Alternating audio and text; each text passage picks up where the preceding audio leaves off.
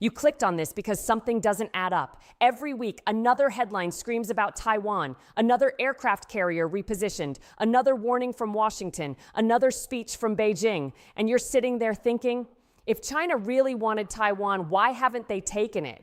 They've had decades. They have the missiles. They have the ships. What are they waiting for? Here's what nobody in mainstream media will tell you. They're not waiting.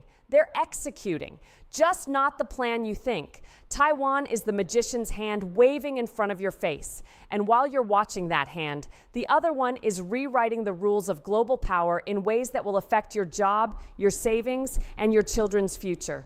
By the end of this video, you'll understand exactly what China actually wants and why Taiwan is the most brilliant strategic distraction of the 21st century. This isn't speculation. I've spent the last 3 years tracking capital flows, interviewing supply chain executives in Shenzhen and Singapore, and piecing together what the financial data actually reveals versus what politicians want you to believe. What I'm about to show you contradicts nearly everything you've heard, and I have the numbers to prove it.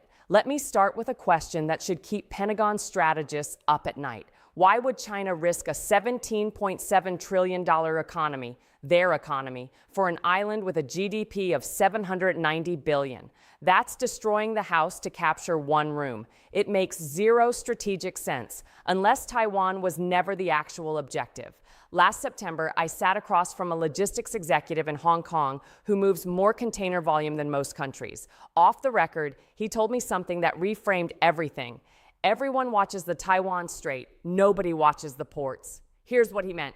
While American media obsesses over military exercises near Taiwan, China has quietly acquired operational control or significant stakes in 96 ports across 53 countries, not military bases, ports, commercial infrastructure, the arteries of global trade. From Piraeus in Greece to Hambantota in Sri Lanka to Chancay in Peru, a port, by the way, that just opened last November and cuts shipping time to Asia by 10 days compared to going through American-influenced Panama. Do you see what's happening? This isn't about planting flags. This is about controlling flows, goods, data, leverage. Taiwan serves a very specific purpose in this strategy, and it's not conquest. It's consumption of American attention, American resources, American strategic bandwidth. Every dollar Washington spends on Taiwan contingency planning is a dollar not spent countering China's actual expansion. Every war game simulating a beach invasion is a war game not addressing port acquisitions in Latin America. The numbers tell the real story. Since 2013, China has invested approximately $138 billion in Belt and Road port projects alone. In that same period, the U.S. has allocated roughly $38 billion total to countering Chinese infrastructure globally, and most of that came after 2021, almost a decade late. Here's what matters. Infrastructure is permanent. Military posturing is temporary. When the headlines move on, the ports remain, the rail lines remain, the digital payment systems remain. A senior economist at a major investment bank told me last year, again, off the record, that Western analysts consistently make the same mistake. They model Chinese strategy using Western assumptions, short election cycles, quarterly earnings, immediate returns. But Beijing operates on 50-year horizons. They're not playing the same game. They're not even playing the same sport. So what does China actually want? It's not territory in the traditional sense. It's not even Taiwan, though they'll certainly take it if the opportunity presents itself. What China wants is something far more ambitious and far more achievable: systemic centrality. They want to become so embedded in global trade, global finance, and global technology infrastructure that the world cannot function without them. Not through military dominance, that's expensive and unstable, through dependency, through indispensability. And here's the part that should concern you. They're closer than you think. Stay with me, because what I'm about to show you reveals exactly how far this has already gone and why most Western governments are only now starting to panic. Let me show you what dependency actually looks like in practice. In 2023, the United States imported $427.2 billion worth of goods from China. That's down from the peak, yes, and politicians love to celebrate that decline. But here's the number they don't mention: America's imports from Vietnam, Mexico, and India, the countries supposedly replacing Chinese manufacturing, increased by $156 billion in that same period. Sounds like diversification, right? Except when you trace the components inside those Vietnamese electronics and Mexican appliances and Indian pharmaceuticals, roughly 67% of the critical inputs still originate from Chinese suppliers. The assembly moved, the dependency didn't. A factory owner in Guadalajara told me last spring that his Mexican-made products contain more Chinese components than ever before. The only thing that changed was the label. This is what I call the dependency illusion. Western companies announce supply chain shifts, stock prices bump, politicians claim victory, and behind the curtain, Chinese manufacturers simply move upstream. They don't need to make the final product anymore. They control what goes into it. Rare earth processing, pharmaceutical precursors, battery chemicals, advanced semiconductors. Yes, even with the chip bans, China processes 73% of the world's polysilicon, the foundation of solar energy. Here's what nobody tells you about the chip war. It was never about stopping Chinese advancement. It was about slowing it long enough for America to catch up. And Beijing knew this the moment the first restrictions dropped. Within 18 months of the October 2022 export controls, China increased domestic semiconductor equipment investment by 41%. Huawei released a 7-nanometer chip that Western analysts said was impossible without American tools. SMIC, their largest chip maker, expanded production capacity while supposedly crippled by sanctions. How?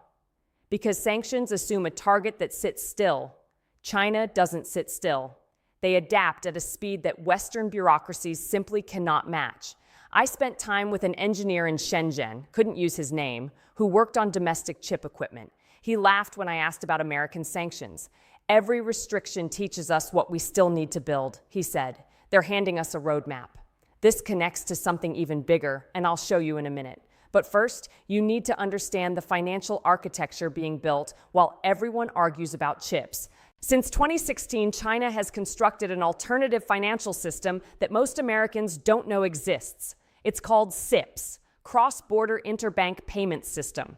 Think of it as China's answer to SWIFT, the Western-dominated messaging network that processes most international transactions.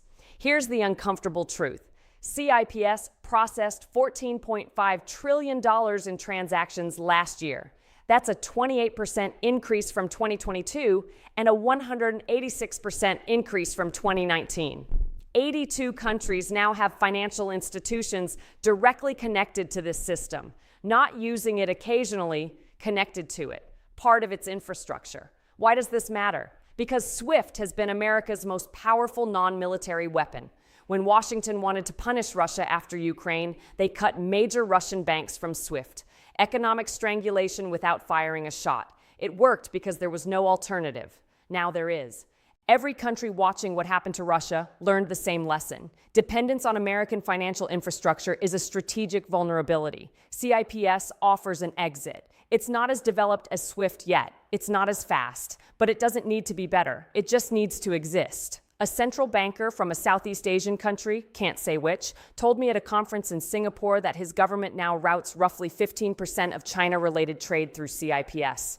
Not because they distrust America, because they don't trust anyone completely anymore. Hedging, he called it. I call it the beginning of financial multipolarity, and Beijing is patient. They don't need CIPS to replace SWIFT tomorrow. They need it to grow 20% annually while they wait for the next American sanction that pushes another dozen countries to diversify. If you're finding this valuable, hit that like button. It helps more people see analysis they're not getting anywhere else. Here's what makes people uncomfortable. This isn't about China being evil or America being good. This is about strategic competence. Beijing identified the pressure points of American global power and systematically built alternatives to each one. Dollar dominance. They're creating options. Tech supremacy. They're catching up faster than projected. Military encirclement. They're buying their way around it. And the most elegant part? They're doing it while you watch Taiwan. Let me show you the numbers that matter for what comes next. Because the third element of this strategy is the one that will reshape your daily life within the next decade. The third element isn't ports. It isn't finance. It's something you interact with every single day without realizing who controls it. Data infrastructure. Here's a number that should stop you cold. Chinese companies now own, operate, or have significant stakes in approximately 23% of the world's subsea internet cables. These aren't the cables connecting China to its neighbors. These are the cables connecting Africa to Europe, South America to Asia, the digital arteries that carry 97% of intercontinental internet traffic. Most people think the internet is wireless, satellites, invisible signals bouncing through the atmosphere. That's roughly 3% of global data transmission. The rest, your emails, your banking, your streaming, your government's communications, travels through physical cables thinner than a garden hose lying on the ocean floor. And China has spent 15 years quietly buying into the companies that build, maintain, and operate those cables. HMN Technologies, formerly Huawei Marine Networks, has constructed or upgraded over 100 subsea cable systems worldwide. When Western governments banned Huawei from 5G networks, they celebrated a victory. Meanwhile, HMN kept laying ocean cables. Different company name, same parent ecosystem, same strategic objective. I talked to a telecommunications analyst in London last year who tracks this obsessively. She pulled up a map that made my stomach drop. Everyone focused on the routers, she said. Nobody watched the wires. Let me show you what this actually means. In 2024, a Chinese-built cable called PEACE, Pakistan and East Africa connecting Europe, became fully operational. It runs from China through Pakistan, down the east coast of Africa, around the Horn, through Egypt, and terminates in France. 15,000 kilometers of data capacity outside Western-controlled systems. Countries along that route, Kenya, Djibouti, Egypt, Pakistan, now have a choice. American-influenced internet infrastructure or Chinese-built alternatives. For governments worried about NSA surveillance, that choice isn't difficult. Here's the uncomfortable truth that Western tech companies don't want you to understand. The internet is fragmenting. Not might fragment, is fragmenting right now. The splinternet isn't a future scenario. It's current infrastructure reality. Russia's sovereign internet law requires all domestic traffic to route through state-controlled exchange points. Iran has built a national internet capable of disconnecting from the global web. China's Great Firewall has operated for 2 decades. But here's the part that should terrify you. These aren't just defensive measures anymore. They're becoming templates. 37 countries have either implemented or are actively developing national internet control systems modeled on Chinese architecture. Not North Korea and Cuba, Vietnam, Thailand, Saudi Arabia, Egypt, countries with massive economies and strategic importance, countries that American corporations need access to. The numbers tell the story. In 2015, approximately 4% of global internet users lived under significant state filtering. By 2024, that number reached 31%. Not because China forced anyone, because China offered a model that authoritarian-leaning governments found attractive and sold them the technology to implement it. This is systemic centrality in action. You don't need to conquer countries when you can become their infrastructure provider, their technology partner, their alternative to Western dependency.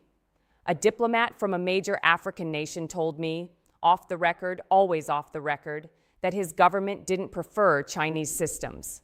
They simply couldn't afford American ones. Washington offers lectures about democracy, he said.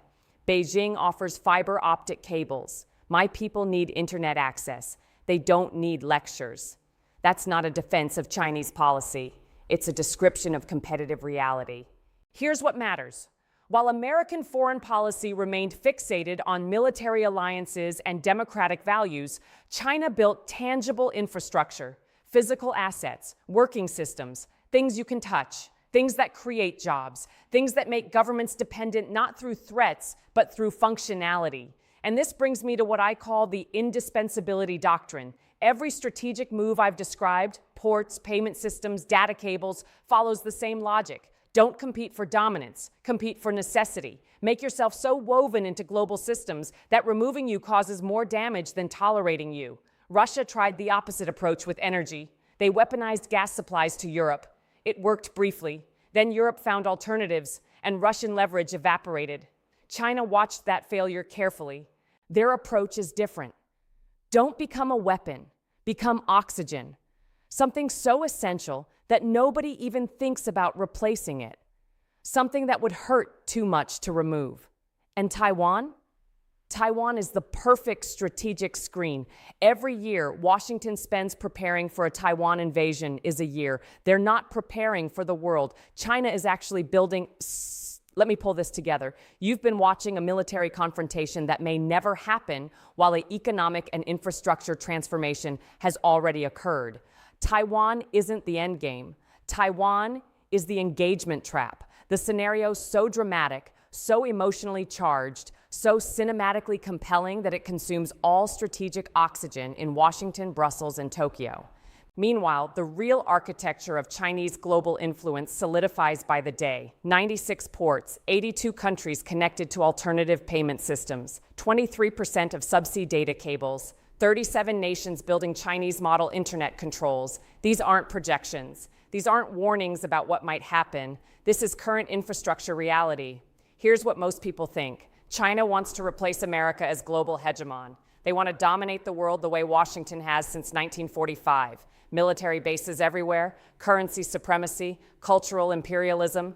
But here's what's really happening. China doesn't want to replace the American system. They want to make it irrelevant. There's a profound difference. Replacement requires confrontation. Replacement means war, economic or military. Replacement is expensive, risky, and uncertain. But irrelevance? Irrelevance just requires alternatives, options, parallel systems that make American leverage optional rather than mandatory. Think about what this means practically. When Washington threatens sanctions, countries now have CIPS.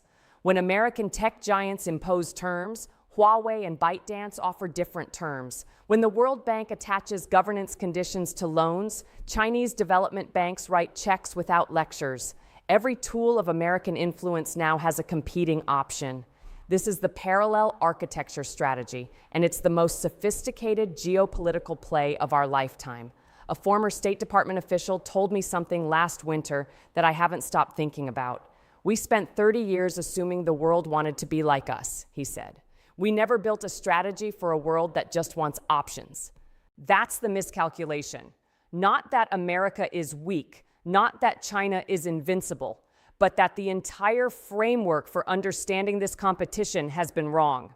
This isn't Cold War II. There's no ideological battle for hearts and minds. There's just infrastructure, practical solutions, alternatives that work. So what happens next? Let me give you 3 scenarios. The first is accelerated decoupling. America and its allies recognize the infrastructure gap, panic, and attempt to rapidly build competing systems. This is expensive. We're talking $2 to $3 trillion over a decade, and may come too late. The ports are already built. The cables are already laid. You can't unbuild Chinese infrastructure in Pakistan by building American infrastructure in Poland. The second is reluctant accommodation. Western governments quietly accept Chinese infrastructure dominance in the global south while maintaining control in allied nations. This creates a formally bifurcated world, not by ideology but by technology stack. Your phone works differently in Lagos than in London. Your bank transfers route through different systems. 2 internets, 2 financial architectures, 1 planet. The third, and I think most likely, is chaotic improvisation. No coherent Western strategy emerges. Individual countries make individual deals based on individual interests. Some lean American, some lean Chinese. Most try to play both sides. The result isn't a new world order, it's disorder, fragmentation, a multipolar mess where the only consistent winner is whoever built the most infrastructure before the music stopped. That's China. That's who built the infrastructure. Here's the uncomfortable truth I want to leave you with. None of this required brilliance. It required patience, consistency, long-term vision, things that democracies with 4-year election cycles structurally struggle to maintain. China didn't outsmart America. They outweighted America. They built while Washington debated. They invested while Congress gridlocked. They executed 50-year plans while American strategy shifted with each administration. This isn't about China being good or America being bad. This is about recognizing competitive reality clearly enough to respond effectively. And that starts with understanding what the actual competition is about. It was never about Taiwan. If this video shifted how you see global power, and I mean genuinely shifted your framework, not just added information, I need you to do something. Subscribe to this channel, not because I want numbers, because the algorithm decides who sees this analysis based on engagement. Every subscription pushes this to someone else who's ready to see past the headlines. And leave a comment answering this question: what infrastructure in your country is already Chinese built or Chinese owned? I want to know what you're seeing locally, because the map I'm building of this transformation depends on people like you connecting dots in your own cities. The world isn't being conquered, it's being wired. And the only question that matters now is whether you understand who's holding the cables.